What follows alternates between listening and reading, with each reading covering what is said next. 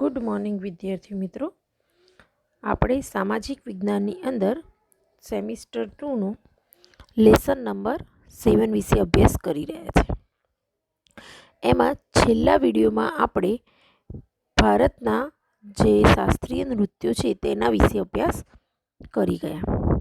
હવે આજનો આપણો ટોપિક છે ચિત્રકલા લઘુચિત્રોની પરંપરા.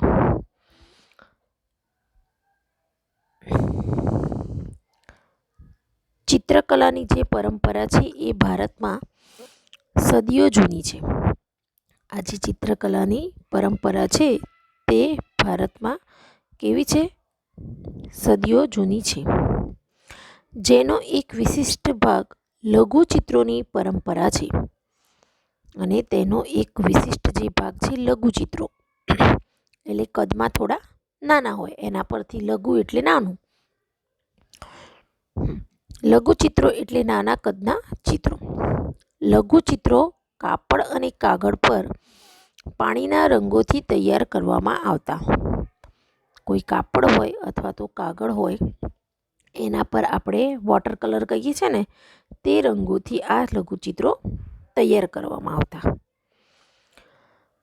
પ્રાચીનતમ લઘુચિત્રો આપણને તાડપત્રો અને કાસ્ટ એટલે કે લાકડા પર દોરેલા મળી આવ્યા છે. પ્રાચીનમાં જે લઘુચિત્રો હતા તે તાડપત્રો અને લાકડા પર દોરાયેલા મળી આવે છે. રાજસ્થાન અને ગુજરાતના જૈન ગ્રંથોમાં આવા અનેક લઘુચિત્રો જોવા મળે છે. રાજસ્થાન અને ગુજરાતની અંદર જે જૈન ગ્રંથો છે આપણા જૈન ધર્મના, તેની અંદર આવા ચિત્રો જોવા મળે. લઘુકાળમાં મુઘલ કાળમાં તેનો ખૂબ વિકાસ થયો છે. મુઘલ કાળની અંદર શું થયું છે? તેનો ખૂબ જ વિકાસ થયો. કારણ કે મુઘલ બાદશાહ અકબર, જહાંગીર અને શાહજહાંએ કુશળ ચિત્રકારોને પ્રોત્સાહન આપ્યું હતું. હવે મુઘલ સમય દરમિયાનના જે રાજાઓ હતા, બાદશાહ, એમાં અકબર, જહાંગીર અને શાહજહાં એ બધા કેવા કુશળ ચિત્રકારો હતા. અને તેમને આ બધા રાજાઓ જે કુશળ ચિત્રકારો હતા એમને પ્રોત્સાહન આપ્યું તથા ચિત્રશાળાઓની પણ સ્થાપના કરી. મહાભારત અને પંચતંત્ર જેવા ગ્રંથો તેમજ અકબરનામામાં ચિત્રકારોએ ખૂબ સુંદર લઘુચિત્રો દોર્યા છે. હવે મહાભારત હોય કે પંચતંત્રના ગ્રંથો કે અકબરનામા, એની અંદર પણ ચિત્રકારોએ ખૂબ જ સુંદર લઘુચિત્રો દોરેલા છે. એની અંદર રાજદરબારના દ્રશ્યો હોય, યુદ્ધના દ્રશ્યો હોય કે શિકારના દ્રશ્યો અને સામાજિક જીવનના દ્રશ્યો લઘુચિત્રના વિષય તરીકે રહેતા. હવે આ લઘુચિત્રના વિષયમાં એક તો રાજદરબારના ચિત્રો જોવા મળે આપણને, પછી યુદ્ધના અને શિકારના, પછી સામાજિક જીવનના, આવા અનેક પ્રકારના લઘુચિત્રો જોવા મળતા. આવા ચિત્રો એકબીજાને ભેટમાં આપવામાં આવતા. આવા ચિત્રો દોરાય અને એ એકબીજાને ભેટ સ્વરૂપે પણ આપતા હતા. તેમજ બાદશાહ અને નજીકના લોકો જ તેને જોઈ શકતા હતા. હવે ભેટમાં આપવામાં આવતા, તેમજ બાદશાહ અને તેમના નજીકના લોકો તેને જોઈ શકતા. ખંભાતના શાંતિનાથ ભંડારમાં અને પાટણના શ્રી હેમચંદ્રાચાર્ય દૈન જ્ઞાન ભંડારમાં સચવાયેલ હસ્તપ્રતોમાં લઘુચિત્રો જોવા મળે છે. આ લઘુચિત્રો આપણે જોવા હોય તો ખંભાતની અંદર શાંતિનાથ ભંડારા છે અને પાટણની અંદર શ્રી હેમચંદ્રાચાર્ય દૈન જ્ઞાન ભંડાર, એની અંદર આ લઘુચિત્રો જોવા મળે છે. આ ચિત્રોમાં ગુજરાતના સંપ્રદાયો અને સમાજ જીવનનું પ્રતિબિંબ પડે છે. હવે અહીંયા તમે જોઈ શકો છો કે સ્ક્રીન ઉપર તમને આ લઘુચિત્રનું સરસ એક ચિત્રનું નમૂનો આપેલો છે. તમે જોઈ શકો છો ને, કૃષ્ણ છે ને આજુબાજુ ગોપીઓ, એમ. તો આવા અનેક પ્રકારના લઘુચિત્રો આપણે જોવા મળેલા છે.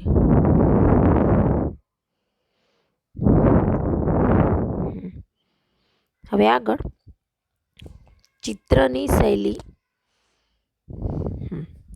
ઘરાના વિસ્તાર અને આશ્રયદાતા આધારિત કલા. હવે ચિત્રની શૈલી કેવી હતી એ જોઈએ. મુઘલ સામ્રાજ્યના પતન બાદ ક્ષેત્રીય રાજ્યોએ ચિત્રકલાને આશ્રય આપ્યો, જેમાં રાજસ્થાન અને દક્ષિણના રાજ્યો મુખ્ય હતા. આ ચિત્રકલાને આશ્રય આપનાર કોણ હતા? રાજસ્થાન અને દક્ષિણના જે રાજ્યો છે તે મુખ્ય હતા. આ શાસકો તેમના દરબારમાં દ્રશ્યનું ચિત્રણ કરાવ્યું હતું. આ જે શાસકો હતા તેમને પોતાનો જે દરબાર હોય એની અંદર આ દ્રશ્યો દોરાવ્યા હતા. મેવાડ, જોધપુર, બુંદી, કોટા અને કિશનગઢ જેવા રાજ્યોએ ભારતને પૌરાણિક કથાઓ, મહાકાવ્યો અને દેવી દેવતાઓનું ચિત્રનું સર્જન કરાવ્યું હતું. હવે મેવાડ છે, જોધપુર છે, બુંદી, કોટા અને કિશનગઢ આવા જે રાજ્યો છે તે ભારતની પૌરાણિક જે કથાઓ છે, મહાકાવ્યો અને દેવી દેવતાઓના ચિત્રનું સર્જન કર્યું. 17મી સદી પછીના વર્ષોમાં હિમાચલ પ્રદેશમાં પણ આવા લઘુચિત્ર કલાનો ખાસો વિકાસ થયો, જેને બસોહલી શૈલી તરીકે ઓળખવામાં આવે છે. ફરી એકવાર 17મી સદી પછીના જે વર્ષોમાં હિમાચલ પ્રદેશમાં પણ આવા લઘુ ચિત્રકલાનો ખાસો એવો વિકાસ થયો, જેને બસોહલી શૈલી કહેવામાં આવી છે. ત્યાં તમે અંડરલાઈન કરી શકો છો મિત્રો. ભાનુદત્તના પુસ્તક રસમંજરીમાં આવા વિશિષ્ટ ચિત્રો જોવા મળે છે. પછી નાદિર શાહના આક્રમણ અને દિલ્હી વિજયને કારણે મુઘલ કલાકાર પહાડી વિસ્તારોમાં જઈને વસ્યા. હવે આ નાદિર શાહનું જે આક્રમણ થયું અને દિલ્હીનો જે વિજયના કારણે આ જે મુઘલ કલાકારો હતા એ ક્યાં જવા લાગ્યા? પહાડી વિસ્તારોમાં જઈને વસ્યા, જેના પરિણામે સ્વરૂપ ચિત્રકલાની કાંગડા શૈલીનો વિકાસ થયો. આ જે મુઘલ કલાકારો હતા એ ક્યાં ગયા? પહાડી વિસ્તારમાં, અને પરિણામે સ્વરૂપ ચિત્રકલાની કાંગડા શૈલીનો વિકાસ થયો. આ ચિત્રકલાને પહાડી ચિત્રકલા પણ કહેવામાં આવી છે. અને 18મી સદીના મધ્યભાગ સુધીમાં કલાકારોએ વૈષ્ણવ સંપ્રદાયની પરંપરાઓની પ્રેરણા લઈને એક નવી શૈલી વિકસાવી. તેની અંદર શું થતું હતું? વાદળી અને જે લીલા રંગ હોય તેની સાથે કોમળ રંગોનો ઉપયોગ થતો, અને આ વિષયોનું કાવ્યાત્મક નિરૂપણ એ કાગડા શૈલીની વિશેષતા હતી. ખાસ કયો રંગ થાય? વાદળી અને લીલો રંગ. હવે આગળનો ટોપિક છે આપણો રાજપૂતની વીરતાભરી ગાથા. બ્રિટિશ શાસકો આજના રાજસ્થાનને રાજપૂતા તરીકે ઓળખતા હતા. હવે બ્રિટિશના જે શાસકો છે તે રાજસ્થાનને શેના નામે ઓળખતા? રાજપૂતા. રજપૂતોએ રાજસ્થાનમાં એક વિશિષ્ટ સંસ્કૃતિનું સર્જન કર્યું. રજપૂતો જે છે તેમને રાજસ્થાનમાં એક વિશિષ્ટ સંસ્કૃતિનું સર્જન કર્યું છે. રાજપૂતોની સાંસ્કૃતિક પરંપરાઓ તેમના આદર્શો અને વીરતા સાથે જોડાયેલી હતી. રાજપૂતોની વીરતાભરી ગાથાઓ ચારણો અને બારટો કાવ્ય અને ગીતો દ્વારા વર્ણતા. હવે આ રાજપૂતોની જે વીરતાભરી ગાથાઓ છે, ચારણો અને બારટ લોકો હોય તે કાવ્ય અને ગીતો દ્વારા તેનું વર્ણન કરતા. આ કથાઓની અંદર રાજપૂતોની શૂરવીરતા અને પરંપરા, સ્વામી ભક્તિ, મિત્રતા, પ્રેમ, વીરતા, ક્રોધ વગેરે દર્શાવવામાં આવતા.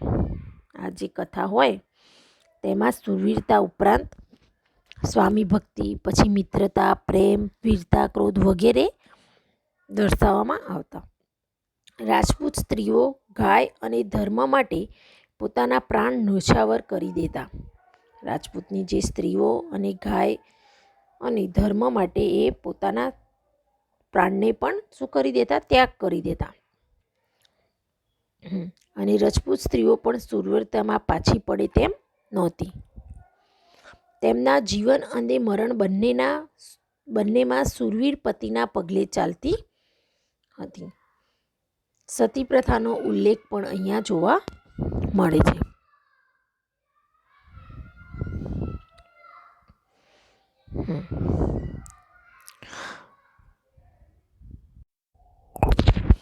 હવે પીર.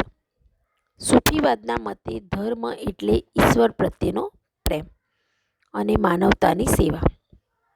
આપણે આગળ સૂફી આંદોલનને એના વિશે શીખેલા છીએ.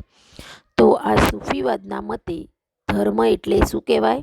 ઈશ્વર પ્રત્યેનો પ્રેમ અને માનવતાની સેવા. સમયાંતરે સૂફી જુદા જુદા સિલસિલા શ્રેણીમાં વહેંચાઈ ગયા. જેમ સમયનું અંતર વધતું ગયું તેમ તેમ આ બધા શું થવા લાગ્યા કે જુદા સૂફી જે જુદા જુદા શ્રેણીમાં વહેંચાઈ ગયા. દરેક સિલસિલાના પીર માર્ગદર્શક હતા. હવે આ જે શ્રેણી વહેંચાઈ ગઈ એના માર્ગદર્શક કોણ બને? પીર એટલે કે માર્ગદર્શક હતા, જેને ખ્વાજા કે શેખ તરીકે પણ ઓળખાતા. આ ખ્વાજા, શેખ, પીર એવા નામો આપણે સાંભળેલા છે. પીરના શિષ્યોને મુરીદ તરીકે ઓળખવામાં આવતા. પીરના જે શિષ્યો હોય તેને આપણે મુરીદ તરીકે ઓળખવામાં આવતા. ભારતીય પીર પરંપરામાં સંકળાયેલા અગ્રણ્ય સૂફી સંતોમાં અજમેરના પ્રસિદ્ધ સૂફી સંત મોહિદ્દીન ચિશ્તીનો સમાવેશ થાય છે. ભારતમાં ચિશ્તી સંપ્રદાયની શરૂઆત કરી હતી અને આ મોહિદ્દીન ચિશ્તી છે તેને જ ભારતની અંદર આ ચિશ્તી સંપ્રદાયની શરૂઆત કરી હતી. તેઓ ખ્વાજા અને ઓલિયાથી પણ પ્રચલિત બન્યા છે. ગુજરાતમાં અહેમદ ખટુ ગંજબખ્શ મહાન પીર તરીકે જાણીતા થયા. તો આમ ઇસ્લામ ધર્મની અંદર આ પીર શબ્દ આવે છે ને એમના પીર એટલે કે માર્ગદર્શક કહેવાતા. હવે પાળિયા શબ્દ પણ આગળ આપણે ચેપ્ટરમાં શીખી ગયા છે. હવે દુશ્મનોના સામે પાળ થઈને ઊભા રહેનાર અને યુદ્ધ કે લડાઈમાં ખપી જનારા વીર શહીદોની યાદમાં કે સ્મારક કે ખાંભી ઊભી કરવામાં આવે તેને પાળિયા કહેવામાં આવે છે. હવે પાળિયા કોને કહેવાય? એક તો દુશ્મનના સામે પાળ થઈને જે લોકો ઊભા રહેનાર, પછી યુદ્ધ કે લડાઈમાં ખપી જનારા એટલે કે એમાં જે લોકો મૃત્યુ પામે એને વીર શહીદ તરીકે ઓળખાતા. તો એની યાદમાં જે સ્મારક કે ખંભી ઊભી કરવામાં આવે છે તેને આપણે પાળિયા કહેવામાં આવે છે. જે સ્ત્રીઓનું જાહેર કર્યું હોય કે સતી થઈ હોય તો તેમના પણ પાળિયા બનાવવામાં આવે છે. જે સ્ત્રીઓએ જોહર કર્યું હોય અથવા તો સતી થઈ હોય તેમના પણ પાળિયા બનાવવામાં આવે છે. આવા પાળિયાને શું કહેવાય? સતી પાળિયા તરીકે ઓળખાય છે. હવે આજનો આપણો છેલ્લો ટોપિક આવશે મંદિરો.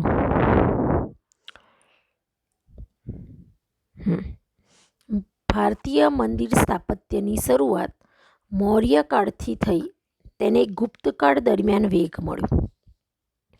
હવે ભારતીય મંદિરના જે સ્થાપત્યોની શરૂઆત હતી જે મૌર્ય વંશ હતો, મૌર્ય કાળ ત્યારથી થઈ હતી અને ગુપ્તકાળ જે આવ્યો તે દરમિયાન તેને વેગ મળ્યો. ગુપ્તકાળને સંરચનાત્મક મંદિરોને કાળ પણ કહેવામાં આવે છે.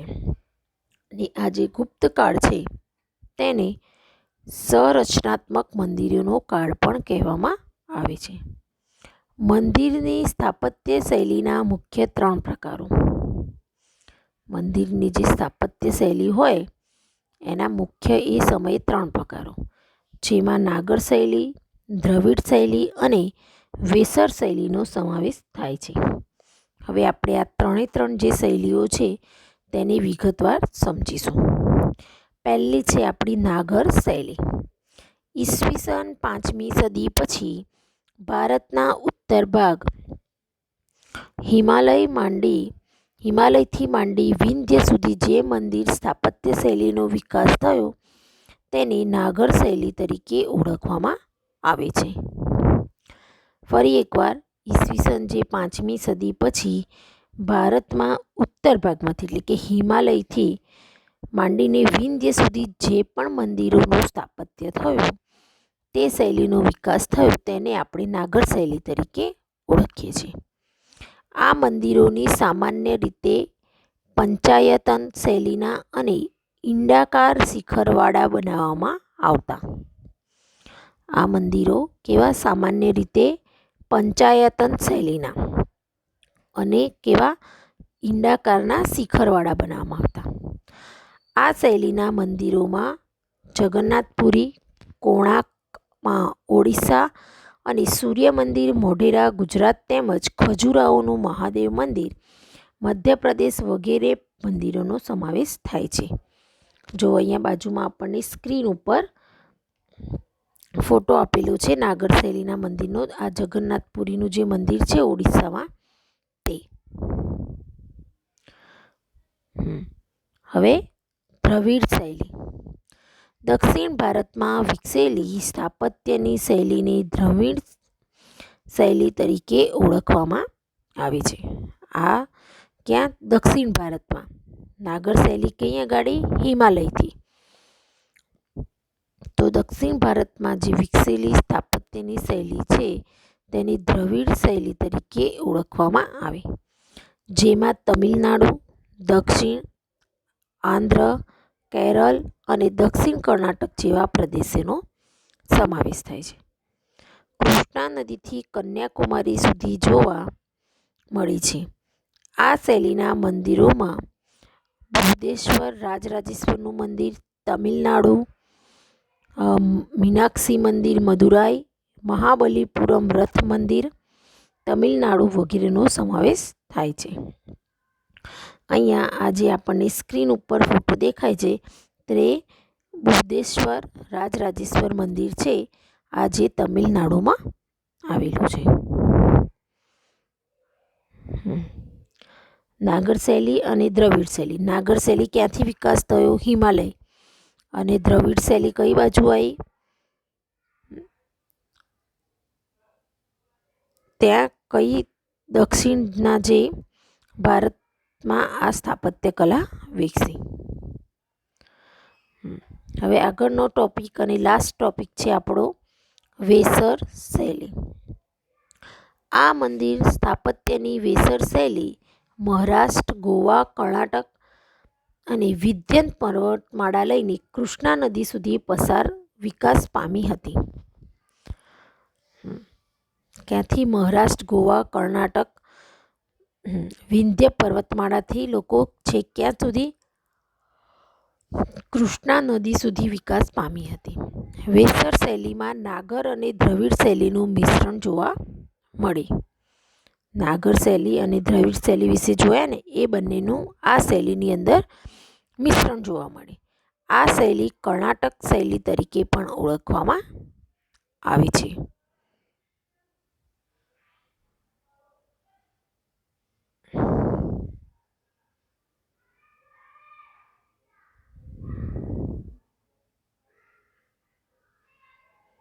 આ શૈલીના મંદિરોમાં હોયસડેશ્વરનું મંદિર હલેબીડુ કર્ણાટક અને ચેન્ના કેશવ મંદિર બેલુર કર્ણાટક વગેરે મંદિરોનો સમાવેશ થાય છે. અહીંયા સ્ક્રીન ઉપર આપણે હોયસડેશ્વરનું મંદિર જે કર્ણાટકમાં છે તેને આપણે જોઈ શકીએ છીએ. તો આવી રીતે મંદિરોની અંદર મૌર્યકાળથી શરૂઆત થઈ અને ગુપ્તકાળમાં તેને વેગ મળ્યો. હા, તો આ જે મંદિરો છે તેની શૈલી કેટલા પ્રકારની થઈ? 3. નાગર શૈલી, દ્રવિડ શૈલી અને વેસર શૈલી થઈ.